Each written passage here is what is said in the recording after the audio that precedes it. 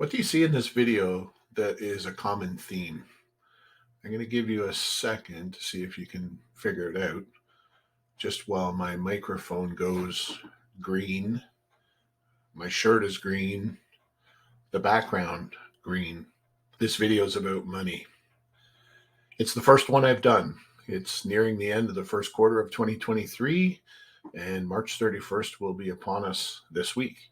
So what I'm going to do is recap the first 3 months of 2023 for my wife and my TFSA portfolios. And we're going to talk about the dividend stocks that we own and what they have paid us so far to date.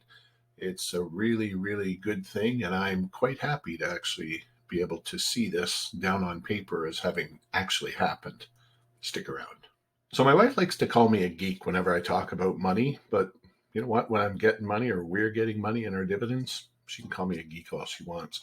Got a green microphone, green shirt, green background. It's a green day. So up across the top of the spreadsheet that's behind me here is the monthly breakdown for January, February, and March. And then down below is me on the left and Shannon on the right, with a little bit of a break up or break out of the section, a little bit darker gray background. Those are the stocks right now that pay us every month. And so with the exception of Hamilton, which we did sell in the month of March, but it was after we received the dividend payment. So we did capture March, both her and I.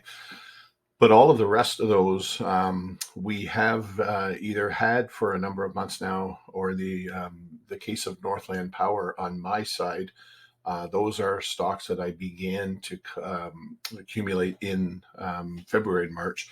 And you can see the dividend payment there for March is only $1.40. That's a 10-cent pay per stock. So I only had 14 at the ex-dividend date, but moving forward, I will have $8 per month for Northland. And of course, anything that I accumulate above and beyond that will grow that monthly dividend as well. And so down below, these are the quarterly payments. And then I've also put the month that they pay in. So Scotiabank and Canadian Tire are January, April, July, and October. Fortis and Manulife are February, May, August, and November. Couche-Tard and CN Rail and TELUS are all March, June, September, and December. And then over on Shannon's side, she also has Algonquin in the 3, 6, 9, 12 timeframe there. So the month that we are in right now is the payments for Fortis and Manulife. And again, you can see on Shannon's side, I've got her, she's at 150 Fortis and 200 Manulife stocks. And, you know, those are the sorts of payments, like when you see Fortis at $84.75 and Manulife at $73. And this is in previous videos, I've talked about using your dividend payments to purchase you more shares. This is the snowball effect. If you look at a stock like Fortis, giving you $84, I can literally go and take any of the other stocks that Shannon has and purchase, for the most part, outside of CN Rail or Canadian Tire, I can purchase any other stock right now. Maybe TD, of course, is an exception as well. But I can almost purchase every other stock, or some of them in some cases. Northwest Health has taken a bit of a beating lately, as has Algonquin. Algonquin right around $10, potentially 10 stocks that I could purchase just with that Fortis dividend. And so this is where, again, that whole snowball effect that I've talked about in a couple of different videos is really, really incredible. And over on my side, of course, I don't have as much Fortis or Manulife as Shannon does, but again, 56.50 and 54.75, coming down to a total there, 254.28 on my side, 292.58 on Shannon's side. Over the course of the month, that is a pretty decent accumulation of being able to go out and buy more stocks and increase, whether it's the monthly stocks or whether it's the quarterly stocks. Each month, we are now adding in more accumulation volume of shares and just consistently growing those numbers of shares wherever they may be. And there obviously will be down the road some future new additions to this as well. So again, that snowball effect of constantly increasing your positions and then reaping the benefits of the dividends in those positions. It's actually a great thing to see. And so, just one other comment regarding the sale of the Hamilton ETF that we were both in. We had actually both 300 shares each of the HYLD, which gave us the $42. I think I had one extra share.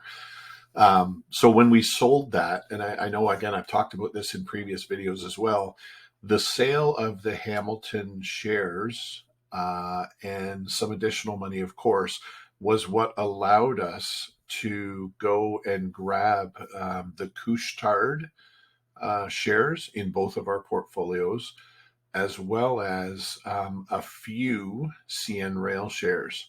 Now, the thing that's a little bit misleading on here, if you look at, like on my side, I have 11, again, fractional buying from Wealthsimple, but I have 11.199 shares of Canadian Tire, and I have 10, just over 10 shares of CN Rail, and I have 50 shares of Couche-Tard.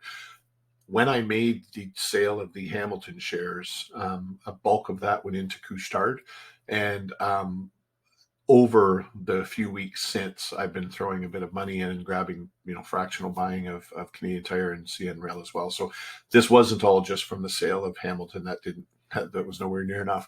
But again, the dividend timing that I talked about in that last video, that allowed us to capture the Hamilton dividend, but then it also allowed us to go and purchase a couple of different other companies, Canadian Tire in my case, Canadian Tire and CN Rail, and in Shannon's case, Couche-Tard and CN Rail. Actually, I got Couche-Tard as well. But we also then both were able to capture that CN Rail dividend. So really, in effect, we double dipped on the dividend in the month of March, because we're going to get the dividend for Hamilton as well as the dividend for CN Rail. Now, I'm not planning on bouncing around like that every month, but again, using kind of the timing of when you purchase to capitalize on as much dividend growth as you can. And again, it's not a ton of money, $7.90 in my case and $8.69 in Shannon's case, but that's money that we're going to get that we wouldn't have otherwise got. So anyway, so that's the wrap up for this segment. It's our quarterly dividend totals, and as you can see, 254.28 for myself, 292.58 for Shannon. And over the course, I know you can't see it over on the far right there, I think it's blacked out, but over the course of 3 months, $568.18 for myself and $695 for Shannon. So we have a goal by the end of the year to be over $5,000 in total dividends between the two of us. And after 3 months, we're sort of on our way to hitting that goal, $1,263.18 in total.